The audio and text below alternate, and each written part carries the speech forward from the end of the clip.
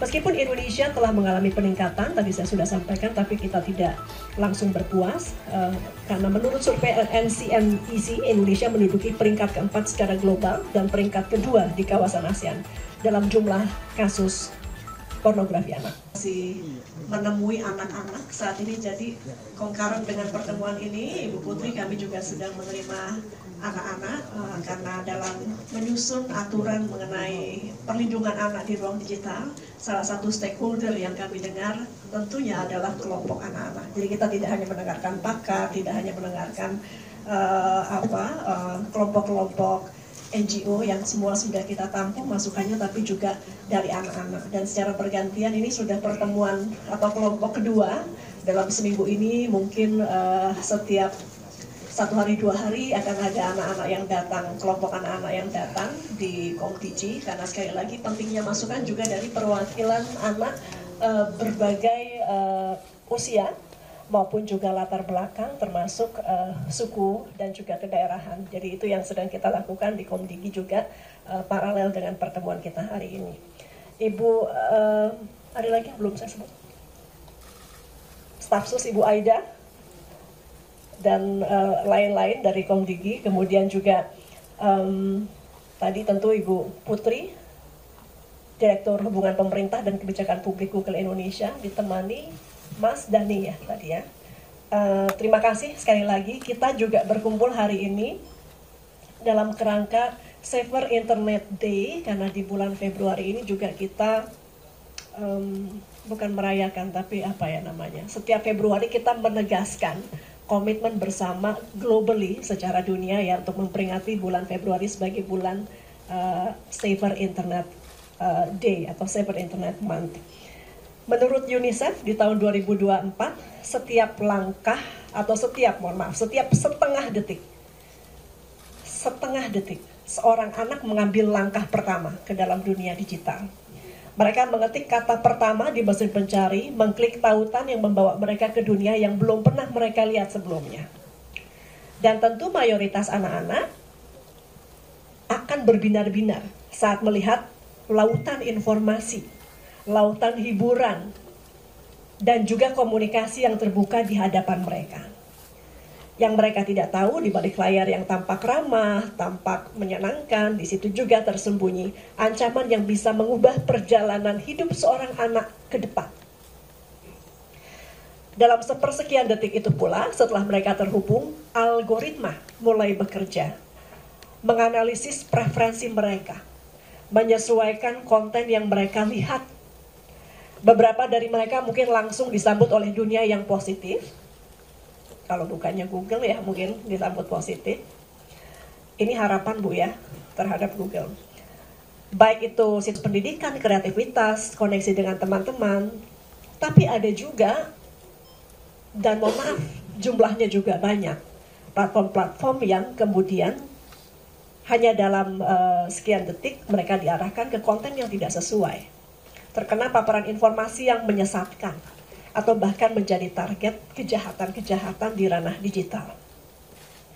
Indonesia waktu tahun 2020 peringkatnya 26 dari 30 negara di dunia dalam Child Online Safety Index dari 30 negara. Tapi ini tahun 2020. Di 2023 kita tidak lagi berada di posisi itu, kita sudah naik ke kategori second quartile dalam Child Online Safety Index. Jadi lonjakan yang luar biasa. Dan ini bukan kebetulan, ini hasil dari keputusan-keputusan berani, hasil dari kerjasama pemerintah, industri, masyarakat, hasil dari komitmen negara untuk menjadikan dunia digital tempat yang lebih aman bagi anak-anak. Tapi kita juga tidak cukup puas untuk berada di posisi second quartile dalam Child Online Safety Index. Kita tentu ingin terus meningkatkan keamanan anak-anak kita di ruang digital.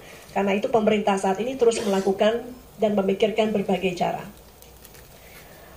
Kalau kita lihat di negara-negara lain, ini saya sering sampaikan, tapi mungkin ada yang baru mendengarkan benchmarking dari aturan-aturan di belahan dunia lain yang mengatur mengenai perlindungan terhadap anak di ruang digital.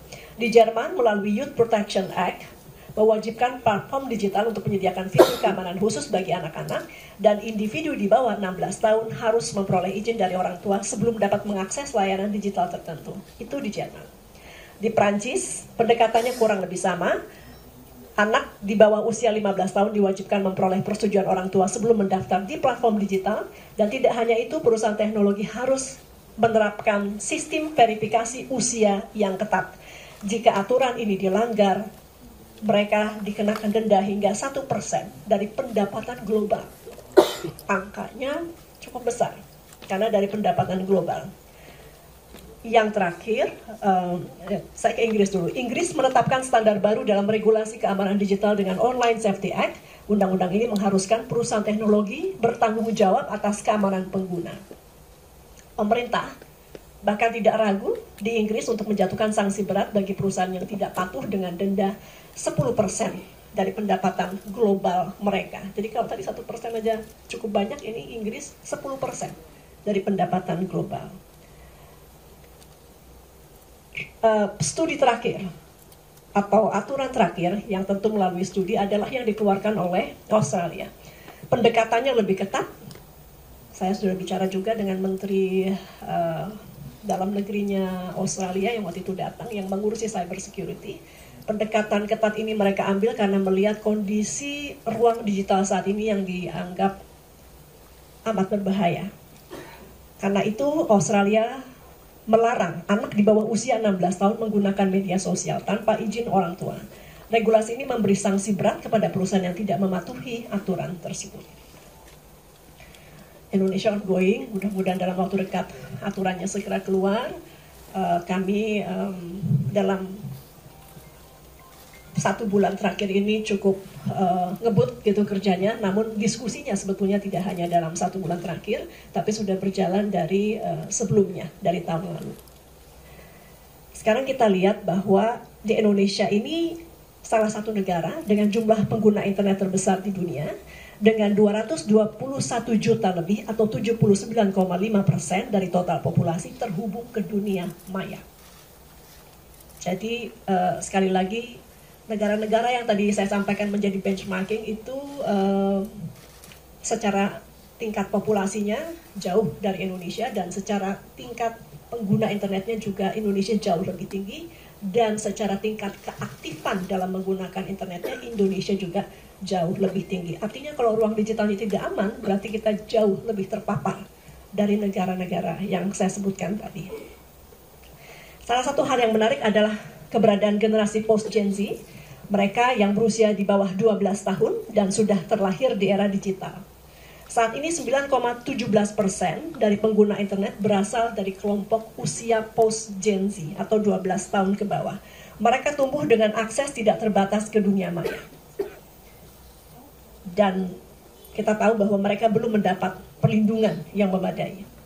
Saya memahami bahwa orang tua selalu berusaha memberikan batasan dalam penggunaan internet bagi anak-anaknya, sudah dilakukan, tapi untuk data, 22% anak-anak tidak mengikuti aturan orang tua mengenai durasi mereka berinternet. Ini mencerminkan betapa besar daya tarik dunia digital bagi anak-anak, dan tanpa pengawasan mereka dapat dengan mudah tersesat di ruang digital ini.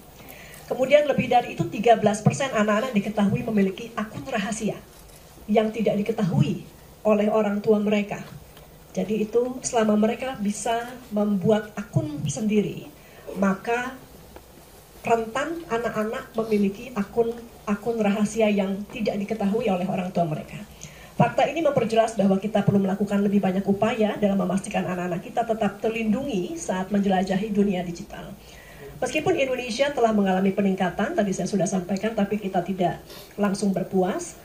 Karena menurut survei NCMEC, Indonesia menduduki peringkat keempat secara global dan peringkat kedua di kawasan ASEAN dalam jumlah kasus pornografi anak di ruang digital. Jadi angka-angka ini yang menjadi perhatian dari pemerintah untuk menguatkan regulasi terkait perlindungan anak di ruang digital. Apa yang sudah dilakukan oleh Kemkomdiki, diantaranya moderasi konten negatif, termasuk judi online, ya, tidak hanya pornografi anak, tapi judi yang melibatkan anak-anak yang angkanya juga besar. Kemudian juga menghadirkan sistem kepatuhan modernisasi konten atau SAMAN yang mewajibkan platform untuk mengikuti aturan-aturan dan jika tidak terkena denda. Di antara yang diatur itu yang paling harus cepat di take down adalah pornografi anak ya Pak Dirjen ya. Kedua judi online. Ini sudah berlangsung per Februari ini. Kita masih terus berkomunikasi dengan para platform karena keberhasilan dari aturan ini tentu juga akan bergantung kepada itikat baik dari para platform. 20 Oktober 2024 hingga 15 Februari 2025 kita sudah men-take down 993.144 konten, artinya kurang lebih hampir mendekati 1 juta konten judi online saja. Ini belum yang pornografi dan lain-lain. Angka ini mungkin terlihat besar, memang besar. Namun demikian, men-take down saja tidak cukup. Harus ada aturan lainnya dan harus ada tindakan-tindakan lainnya dan harus didukung oleh berbagai perusahaan teknologi termasuk Google yang hari ini membuat giat dan menyatakan komitmen di kantor Kemkomdigi. Itu kita apresiasi sekali karena memang sekali lagi men-take down saja tidak akan cukup untuk menyelesaikan permasalahan judi online. Sebagai langkah konkret, pemerintah telah memperkuat regulasi Undang-Undang Nomor 1 Tahun 2026 tentang ITE dengan melakukan penyusunan tata kelola perlindungan anak dalam penyelenggaraan sistem elektronik yang ini yang sedang atau sudah memasuki tahap akhir. Kemarin kami juga sudah laporkan kepada Presiden, insya Allah dalam waktu dekat dapat beliau umumkan terkait aturan ini.